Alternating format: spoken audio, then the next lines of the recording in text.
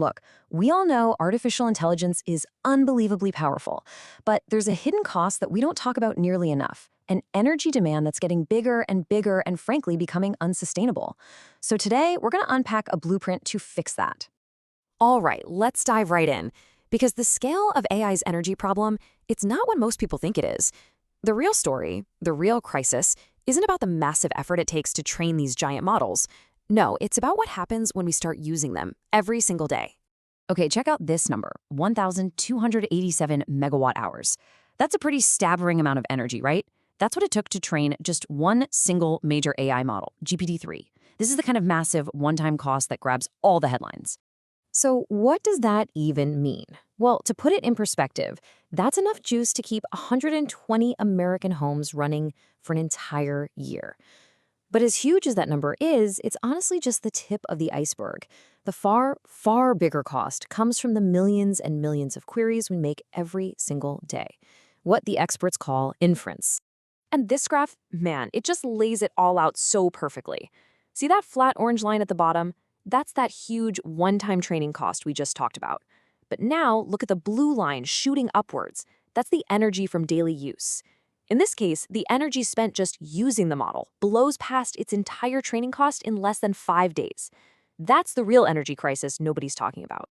So, if our current approach is so inefficient, so hungry for power, where can we possibly look for a better way? Well, it turns out nature has already given us an incredible model for solving this. We've actually got a biological proof of concept for hyper-efficient intelligence sitting right between our ears. And this really forces us to stop and ask a super fundamental question. Is this massive energy consumption just the unavoidable price of admission for powerful intelligence, or is it a flaw in our design? Well, the answer is right here on this slide, and honestly, it's astounding. A big AI model can burn 500,000 watts during training. Meanwhile, the human brain, it's doing incredibly complex things on just 20 watts of power. That's about what it takes to power a dim light bulb. We're talking about a staggering efficiency gap here. This proves, without a doubt, that high-level intelligence can be incredibly low power. So how on earth does the brain pull this off? Well, it's not about brute force, it's about being smart. It doesn't regenerate everything it knows every time you ask a question, it has persistent memory. It doesn't light up every neuron at once, just the tiny 1 to 2% that are actually needed for the task, and it sends different jobs to specialized parts of the brain. It's just a masterclass in energy management. So taking a page directly from nature's playbook, Procentic AI has developed an engineering solution to tackle this crisis head-on. It's called the LICCR framework, which is short for learning, inference, caching, compositional reasoning, and routing. The whole philosophy behind it is built on this really simple but powerful idea, and it's so elegant. Learn once, reuse often.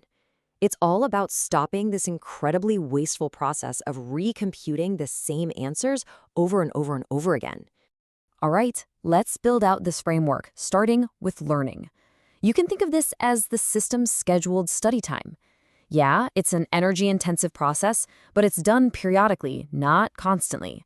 So that high cost gets spread out over millions of future uses. Next, you've got the heavy hitter, the inference engine. This is that powerful, energy-guzzling core of the AI, the part that does the deep, creative thinking. But, and this is the key, in the LICCR framework, it's treated like a specialist. It's only called upon for questions that are genuinely new and have never been seen before. So to avoid using that expensive engine all the time, the system relies on caching and a knowledge base. This is its long-term memory. It's a super fast, ultra-low energy layer that stores answers that have already been validated, ready for instant recall. Then you have the compositional reasoning layer. I like to think of this as the system's executive planner. Instead of trying to generate a complex answer from scratch, it gets clever. It breaks the problem down and builds the solution using verified pieces it already knows from the cache. And the final piece that ties it all together is the router. This is the intelligent traffic cop for the whole system. It looks at every single query and instantly decides the most energy-efficient path to get the right answer, always starting with the cheapest option first. Now, this diagram is where it all clicks. You can see how it works in practice. A query comes in, hits the router, and the router's very first move is to check the cache. That's the ultra-cheap path, costing just 1,000th of a joule. If the answer's there, boom, it's done. Only if the query is totally new does the router bother to wake up the expensive inference engine, which costs 10 to 25,000 times more energy. This simple little step saves an unbelievable amount of power. So, okay, that's the architecture. But what does it actually achieve in the real world? We're not talking about small, marginal gains here. The benefits are dramatic, and they compound over time. 10,000 times. That is the energy reduction for a simple fact retrieval, asking what's the capital of France. Using the cache instead of the full AI model is literally the difference between flipping a light switch and powering a small factory. And you might be thinking, well, that's great, but how often does that happen? The answer is a lot. On routine business workloads, like in a customer support center, you can get a cache hit ratio of over 60%. That means the majority of questions become virtually energy-free. And as you can see from this chart, the impact isn't just in one niche area. This architecture delivers massive energy savings across all kinds of different applications. We're seeing customer support saving 75% of its energy, all the way to business analytics hitting an incredible 90% reduction. But here's a really important point. Making this a reality isn't just about plugging in some new technology and calling it a day. It requires a complete, holistic strategy that gets the entire organization aligned around this idea of efficiency. You see, success really depends on a framework that integrates people, process, and technology. You need the right people on the right teams. You need a clear, phased process for rolling it out. And of course, you need the right tech stack. But the secret sauce, the thing that underpins it all, is data.